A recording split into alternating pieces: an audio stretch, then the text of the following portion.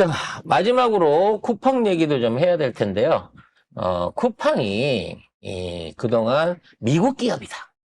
그리고 이 미국 법인이고 나는 대표를 그만뒀기 때문에 나는 쿠팡에 대한 법적 의무나 책임이 없다라고 김범석이 그동안 주장을 해왔어요. 김. 네.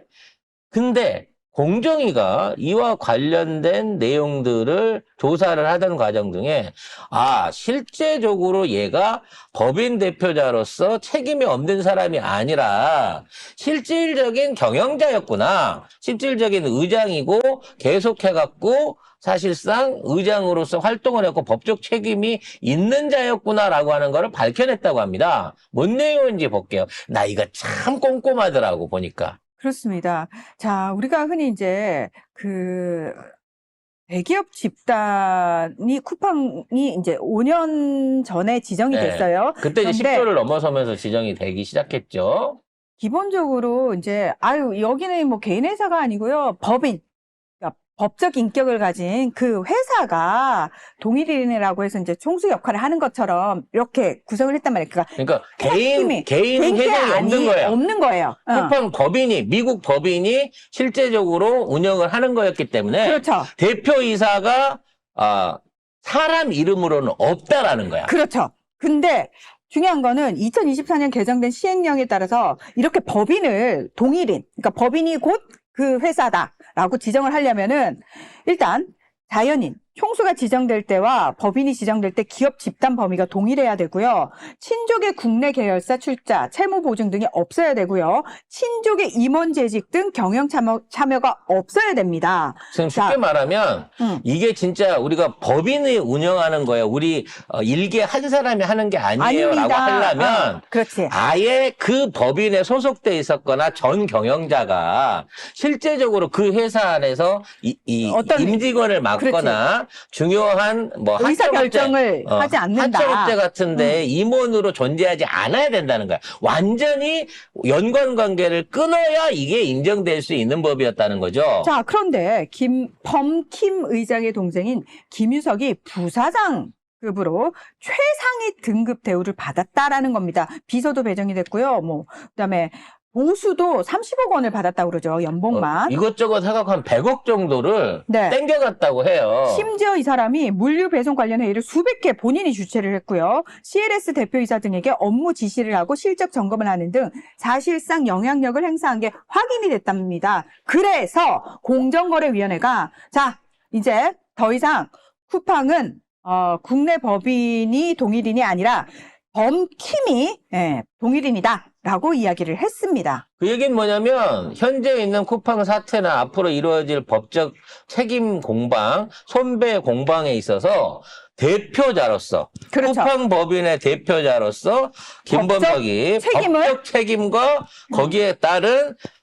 거기에 따른 재판의 출정부터 시작해갖고 모든 과정에 직접적으로 출두를 해야 된다는 겁니다. 그렇습니다. 이제 더 이상 내 미국 법인이야, 난 일개 주주야, 그냥 공동의장이었을 거고 내려놨어라고 하는 그동안의 입장을 고수하지 못하게 되는 거죠. 자, 쿠팡은 이제부터 친족이 운영하는 회사와의 거래 등을 모두 투명하게 공시해야 되고요. 만약에 지정 자료를 허위로 제출하거나 누락할 경우 공정위의 제재를 받게 됩니다.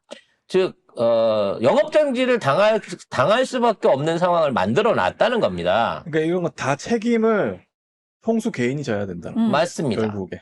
그래서 지난 5년 동안 해왔던 짓거리들 그와 관련해서 지금 뭐 법적으로 고소고발 건들도 많이 있고요. 노동자 사망이라든지 과태료 부분이라든지 또 알고리즘 조작 뭐 이런 거 있었죠.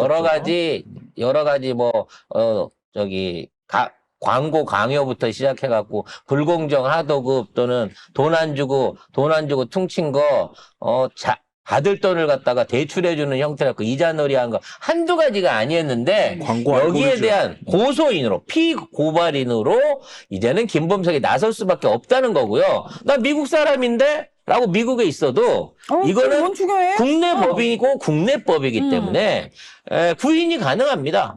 그래서 미국 측에다가 와라 청구해라고 하는 거고 안 오면 그건 수배를 때려가지고 국제범죄 수배를 때려가지고 미국 측의 범죄인 인도 조약을 통해 갖고 끌고 올 수 있는 거예요. 그러니까 지금은 이제는 한국 정부가 쿠팡의 모가지를 하나하나씩 죄어가고 있는 겁니다. 역으로 쿠팡은 뭐 301조 어쩌고 그 지랄을 했지만 결국 301조 조사 내용에 들어가지도 못했고요. 일부 의원들을 동원해 갖고 뭐 올 상반기만 해도 수백만 달러를 썼다고 하잖아요. 그걸 통해 가지고 일종의 연판장을 돌린 거에 대해서는 우리가 정부 차원에서 왜 정부 일에 남의 나라 기업 일에 니들이 끼어드냐 그리고 이 부분에 대한 반대 성명을 민주당 의원들 65명을 통해 갖고 똑같은 방식으로 미국 정부에 전달을 했어요. 같이 받아치고 있습니다. 이제 더 이상 공정위에 의해 가지고 쿠팡은 해체 절차를 밟을 수밖에 없고요. 일단 그동안은 기소를 하려고 하더라도 누구 이름으로 기소장을 보내야 되며 누가 이 부분에 대한 책임을 져야 될 것인가의 책임 소지에 대한 부분이 애매했어요. 그렇다고 미국에 있는 법인장이나 그쪽 애들 불러들여봐야 걔네들은 나는 상관없습니다. 나는 법인의 직원일 뿐입니다. 이렇게 얘기할 수 있었는데 그게 이제 개무시되고 원상 복귀가 됐기 때문에 김범석은 반드시 법적 책임을 져야 될 것으로 보여집니다. 이거 안 되면은 뭐 개인을 이제 검찰 고발할 수 있고 체포영장 발부할 수도 있고 만약에 그렇게 되면은 입국할 때 바로 체포할 수가 있고요. 개인이 말을 안 듣더라도 한국 내 사업체인 쿠팡이 있기 때문에 이거를 직접 타격해가지고 이행 강제금, 과징금, 공공조달 배제, 영업 제재 이런 거 다 때릴 수 있는 겁니다.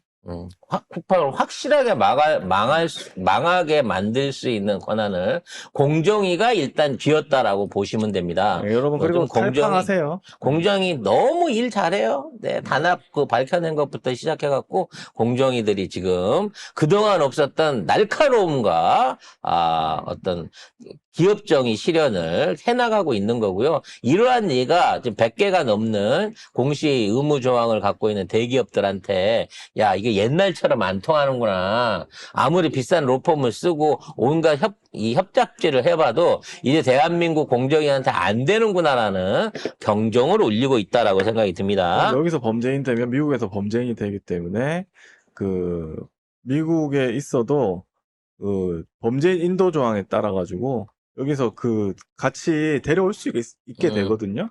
그러니까 이제 좆됐다.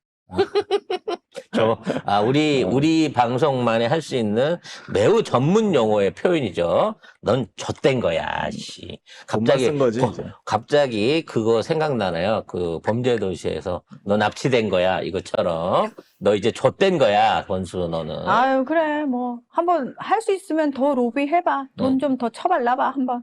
어디까지 가나 한번 보자.